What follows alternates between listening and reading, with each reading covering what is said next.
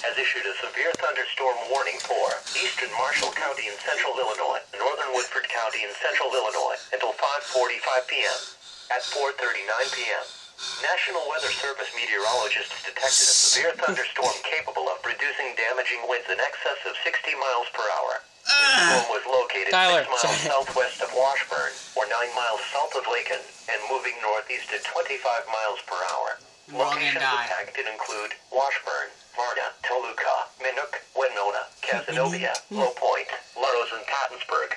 Severe thunderstorms produce damaging wind in excess of 60 miles per hour, destructive hail, deadly lightning, and very heavy rain.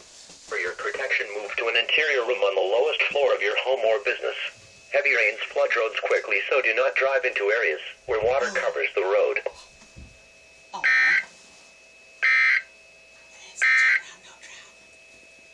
This is NOAA's Weather Radio.